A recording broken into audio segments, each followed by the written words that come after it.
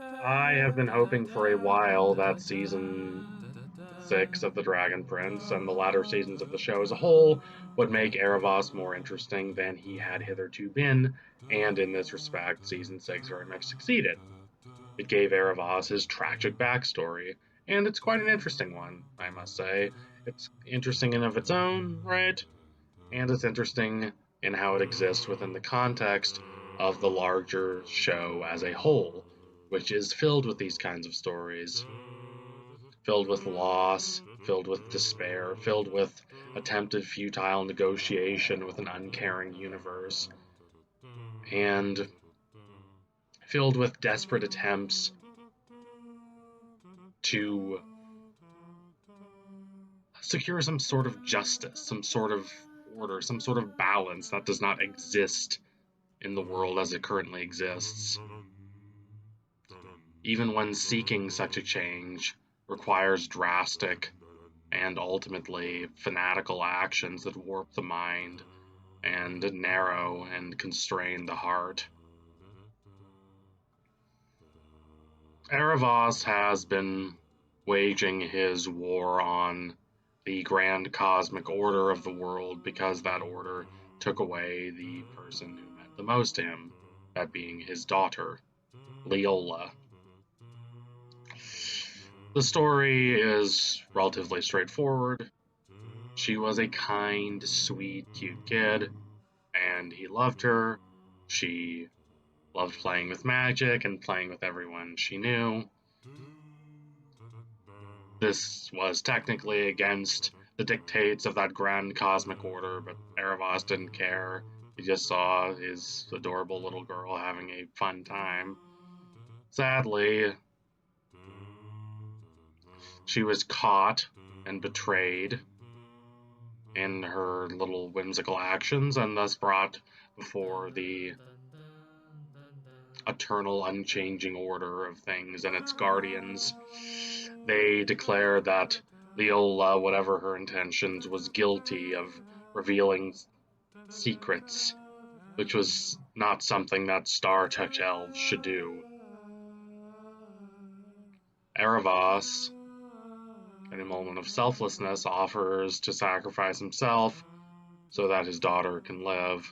But the only consolation the sentinels of the Star Touch elves offer is the chance to die alongside his daughter. He rejects this. He knows that living without her will never be a happy life. The wound that was inflicted upon him by his daughter's death will not heal.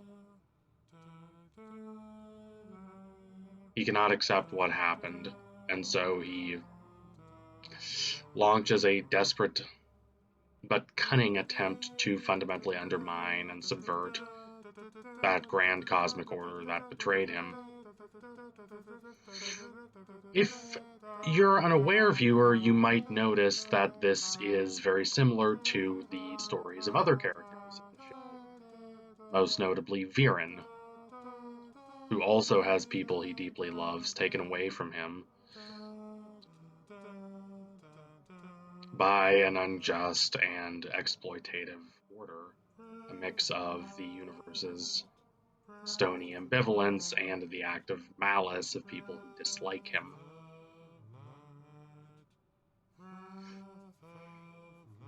He first almost lost his son, Soren, and as season 6 demonstrates, he went to great lengths to ensure that Soren lived. Lengths that disquieted and ultimately hurt Viren's beloved wife, Lissa.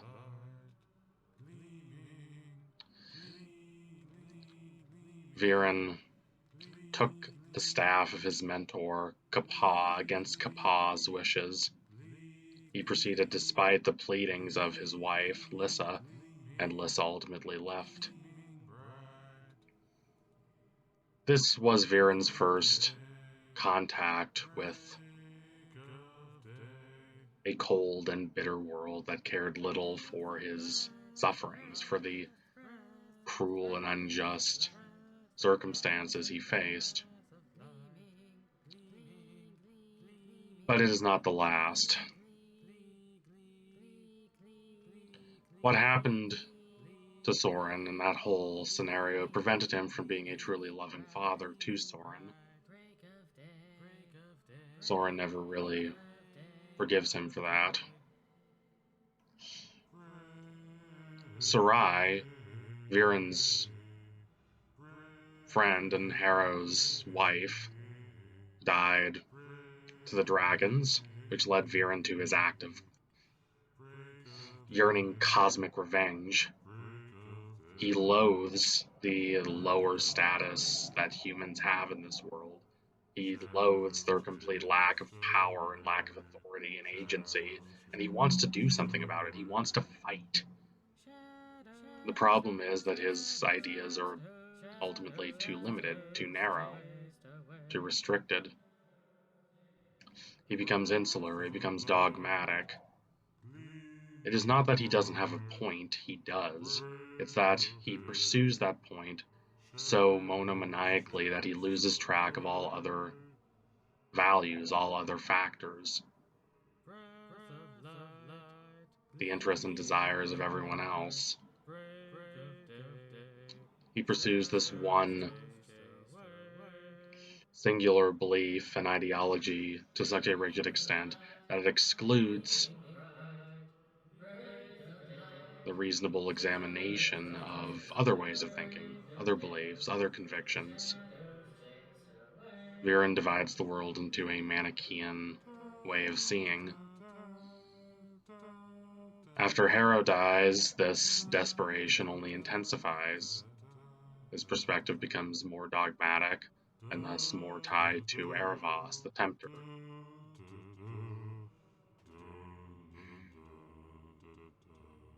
One thing the show emphasizes is that Aaravos is so successful because he can appeal to those desperate urges in people, this bitterness and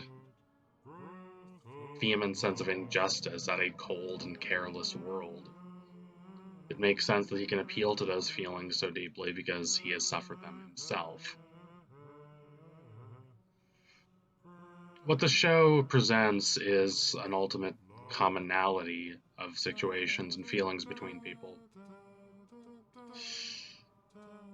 Reminds me of the work of Andrew Lang, the great comparative mythologist who talks deeply about how the stories that people tell from culture to culture, from civilization to civilization, are more or less the same. Why is that? It's because, for Lang, people are more or less the same. Not that cultures don't differ to a degree, they do, obviously. But the yearnings, the desperations, the joys, the sorrows that greet all people are very similar. And so people develop rituals and ceremonies and stories and legends in order to comprehend the strangeness and uncertainty of the world. Jung, Carl Jung, says many of these same ideas, but has a bit of a more mystical spin on them in a sense. He believes that people are fundamentally one, people are united in how they experience the world, and that this is so easily forgotten in a modern commercialist world where people are so divided and so separated from each other, living their little atomized, individualized lives. In the world of appearances, which is the world of the commercial modern world, there does seem to be such a separation between people. But the separation is fallacious. In reality, people are similar. There is this unity, this ultimate connection between people. And when we dive in deep to the innermost essence of ourselves, we can understand the similarity. And these stories, these myths, these legends that we tell are fundamental expressions of this commonality of experience between people. The Dragon Prince is not mystical necessarily, although there were some rather otherworldly moments in season 6, especially with Callum and Rayla and the stars. But ultimately, it asserts the sense of commonality between people. The people suffer for many of the same reasons, because they attempt to gain some degree of comprehension and understanding over the world, and yet the world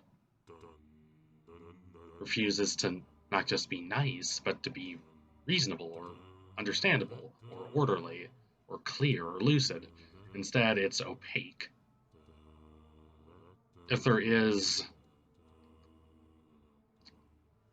a grand order, a grand purpose to things, it's one that's manifested in ways that are rather cruel and uncaring, and at best indifferent toward the plight of yearning, desperate individuals. And so people attempt to find some degree of clarity, some degree of purpose. And they often, out of this desperation, adopt a kind of narrowness, a kind of fanaticism, a kind of absolute belief in the rightness of their quest to attain some degree of justice, some degree of fairness in the world. But ultimately, no belief is absolutely correct. All beliefs are limited and incomplete, a product of necessarily limited human understanding. And so these beliefs pursued so fanatically lead to a kind of insularity, a kind of unwillingness to consider other values, other factors, other consequences. And so they ultimately lead to suffering. This is the case of Viren, this is the case of Aaravos, this is the case of Claudia. There is this ultimate similarity between people. Honestly, I would find Callum's story a bit more interesting in The Dragon Prince if they emphasize this a bit more. Callum is always terrified of being tempted and overtaken by Aaravos, that Aaravos can control him. But ultimately, this would be more interesting, I think, if Aaravos was able to control him not just through magic, but through this genuine tempting, this genuine appeal to Callum, the way that he's able to appeal to someone like Claudia.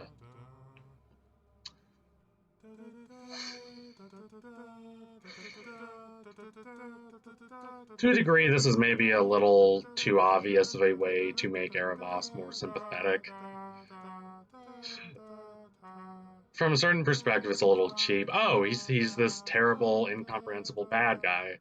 How do we make him more sympathetic? Oh, just give him a dead daughter.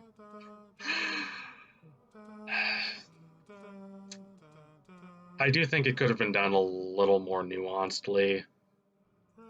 Could have been more hints of this throughout the first seasons of the show instead of trying so hard to make him more sympathetic right here at the end of the second to last season. But it's still better than nothing. I remember watching the Owl House and I was desperately waiting for Balos to become more sympathetic or more interesting, and he just didn't. I don't think he's a bad villain, and I don't think villains necessarily need to be sympathetic to be interesting, but it helps. It helps a lot. Amphibia did a very good job of this with King Andreas, who also did not become sympathetic necessarily until the last part of that show, and that was a bit awkwardly done, but it demonstrated that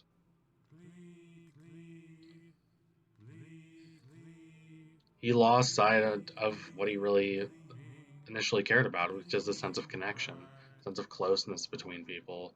He was too blinded by arrogance and egotism, and by the end it was too late.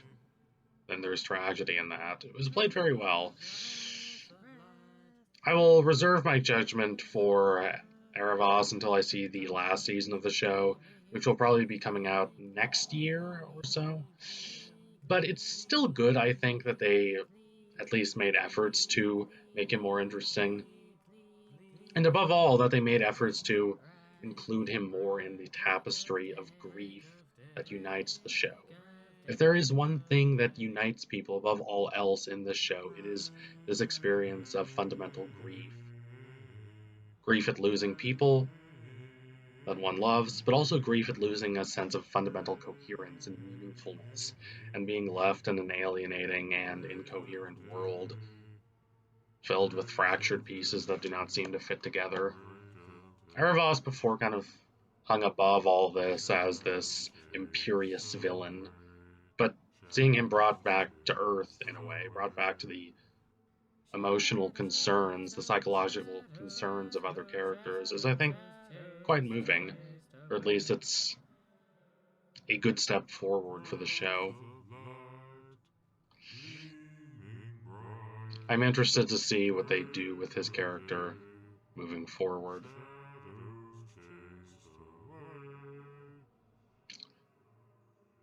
There are definitely better and worse people in the show, and there are a few characters who are maybe a little too unflawed. I would say Callum is one of these. But no one is just evil for the sake of being evil, and I like that. People are suffering because suffering is innately a part of life. It can't really be avoided. And there is great injustice in the world. There always has been, and sadly, there probably always will be. Characters have a choice in how they respond to this despair of the sheer revelation of the apathy at best and malice at worst of the world, but they don't always react the same way. Claudia specifically reacts the way that she does because she has already these similar feelings and dreads and loathings in her heart that have been growing throughout the series. So even though she was turning away from the darkness, she is deeply moved by Erebos' story and continues following him. Terry is not perhaps the most interesting character, in my opinion, but he's a good foil to Claudia in this regard because he has a completely different reaction. He sees that Aaravos, while he had good intentions, eventually succumbed to this narrowness, this dogmatic fanaticism, this discarding of all other interests, all other perspectives, all other factors and considerations in his pursuit of what he believed to be just. The world involves a lot of suffering, the show suggests, but characters ultimately have a choice in how they deal with that. Aaravos is an interesting example of that, and I like that they add that dimension to his character. So anyway, thank you all for watching. If you liked what you saw today, don't forget to like, comment, and subscribe. And to my Patreon if you can. You want to see more videos like this before anyone else. Thank you all again. Adios, comrades.